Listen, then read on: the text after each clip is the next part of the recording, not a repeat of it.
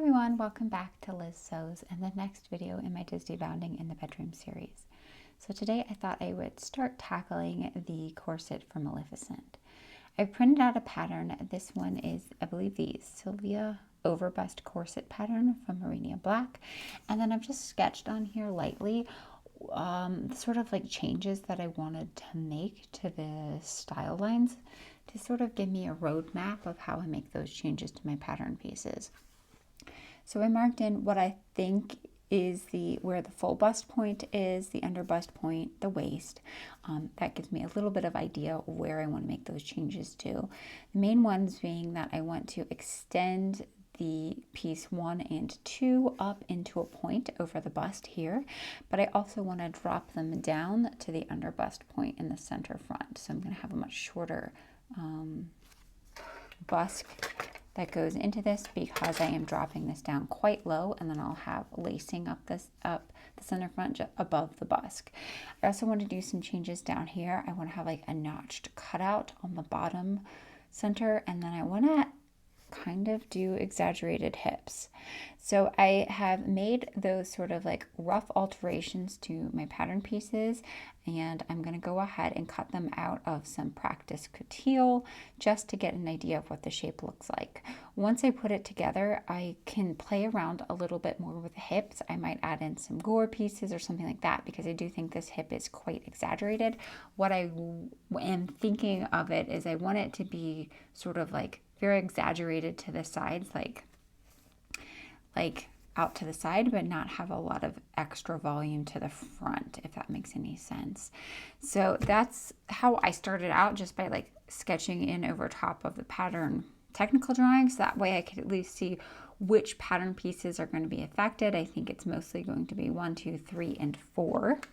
So the first thing I did with my pattern pieces was, of course, add any length that I needed to for my adjustment. So in my case, I just needed to add 1 centimeter down below the waistline. And then I also graded in between my different sizes, my full bust, under bust, waist, and I think this one has mid hip. So I've done that, and then I added on, sketched in all of the extra things that I think I'm going to need to get that new shape for my corset. So here's piece 1 and piece 2, and you can see that I've extended this up quite a bit higher. My hope is to get this like maybe to the clavicle. It is fine with me if it points a little bit higher than that, but I think for now I just want to like do a rough sketch of what it is I want the piece to look like, and then once I get it made up in a practice material, I can sort of make some adjustments to that. Again, I've added in, I think, 5/8 of an inch seam allowance, just because I really like using the seam allowance of couture as my strength layer, as well as using the seam allowance to make my boning channels. I think that worked out really well in Ariel, so I'm going to continue doing that. So the next step is to just get all of this cut out in practice material and start sewing it together. Eventually, I'm going to use that black, really heavyweight couture that I showed in my plans video. But for this practice session, I have this domestic one, which is a little bit lighter weight, but still fairly rigid and firm. So it should give me a good idea of the shape that I'm getting, even if it's going to be a little bit softer of a material. Okay, everything's been cut out now, so now I'm just going to start stitching everything together. So the next step, is just doing all of my vertical seams across, and so the next time I see you, I should have 2 sides made. Okay, so quite a lot of progress has been made. So I put together the 2 sides, put in my bust, and my channels in the back, which are where flat steels are going to go. So now I need to sort of decide about my boning. So obviously with a mock-up like this, the closer you can get to the actual way the corset's going to be made, you'll get a better understanding of the fit. So as I was talking about originally, I was thinking about maybe running just some bias tape down the middle of each of the panels so that I could put boning in, but then I'd still have the seams available to take up and let out. I've held this up to myself. I actually think it fits really well. Like, it seems to be like swelling and coming in at all the right places. So I'm going to throw caution to the wind, and I'm going to go ahead and stitch down my seam allowances here and then just shove the boning in there. I'm not going to worry about finishing off the edges or anything like that because this is just a mock-up. I want to get an idea of fit. But that way I'll have a really accurate understanding of how it's going to fit in the finished corset, because of course in the finished corset I'm going to have my boning running into the seam allowance itself. Looking at the bust point here, it's not as sharp of a point as I had wanted, or I thought I was making, but I think it still looks pretty good. So I'm excited with how it's turning out. So yeah, the last step before I can sort of like try this guy on and figure it out is just sewing down all my seam allowances and then putting in some bones. I'm not going to bother binding the top or bottom edges of this. It's really just to test fit and make sure everything is working properly, all of those things like that. Now, when it comes to the hip flares, obviously on this corset, I made a very exaggerated hip flare like here. You can see here comes the waist and then it comes out, and this is going to stick away from my body. I'm actually going to do some horizontal bones in here, sort of like going in an arc. So here's the hip flare. I'm going to do some bones going in an arc around here, and that's going to help sort of like push that out and away from my body. So I'm going to be coming down to the waist on that hip seam and then doing like a rainbow channeling over here once I get below that waist seam on the hip side.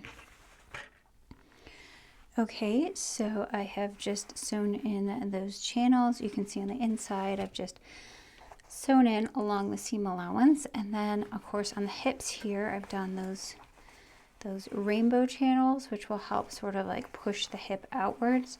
I've also gone ahead and cut in some holes for my lacing in the back.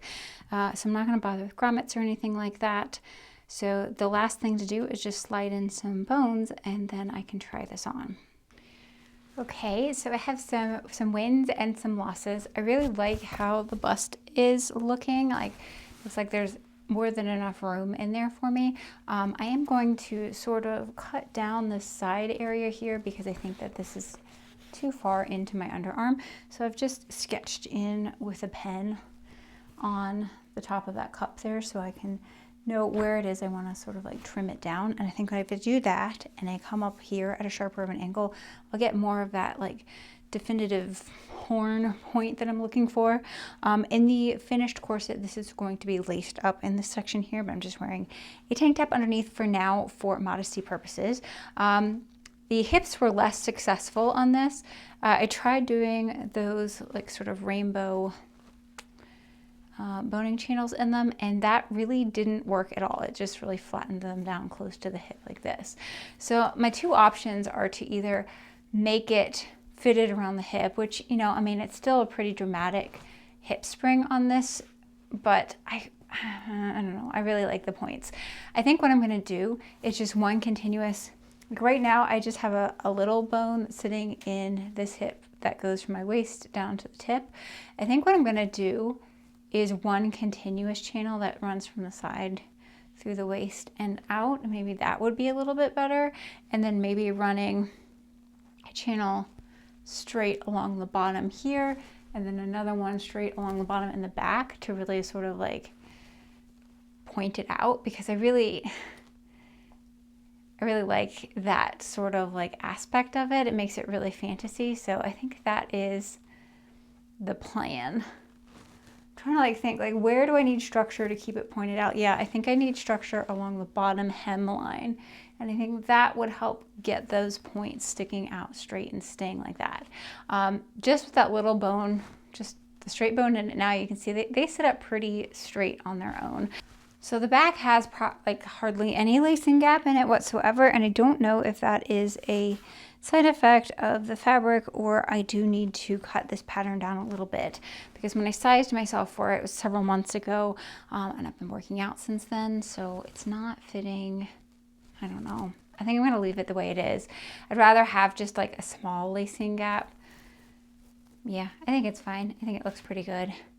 So yeah, major changes are just to sort of like reshape that point a little bit more so I get more of a horned point, and then I might run a boning channel just along the side and see what happens if I do one continuous channel. So let's try that. Okay, so I have recontoured the Okay, so I've recontoured the like bust points and I think they're looking good. It looks a little bit big right now, but eventually in the finished one, I'll have lacing coming up through the middle, which will pull that in more towards center. And I think that looks, I think it fits really well. I could stand to take maybe just like a 1/4 of an inch off in between 2 and 3 on the underarm side. The hips, I don't know. So I put one continuous bone running from my underarm all the way down and across, and it's still pretty floppy. So I might just give up on this like wild exaggerated hip spring and go back to the original hip line of the pattern, which is like this, which is still really quite good. It's just not as like fantasy as this wild one. So I think I might get rid of this excess fabric altogether. And then maybe I can look at like adding a cage element or something on the hip that sort of gives that idea of like a peplum or a larger hip spring, something like that.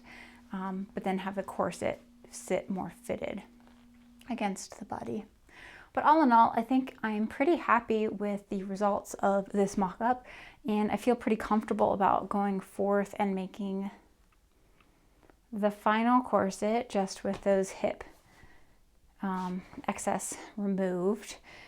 I think everything else is working really well. So I hope you guys have enjoyed this video, sort of look at the design process of Maleficent, and I will see everyone next time. Take care.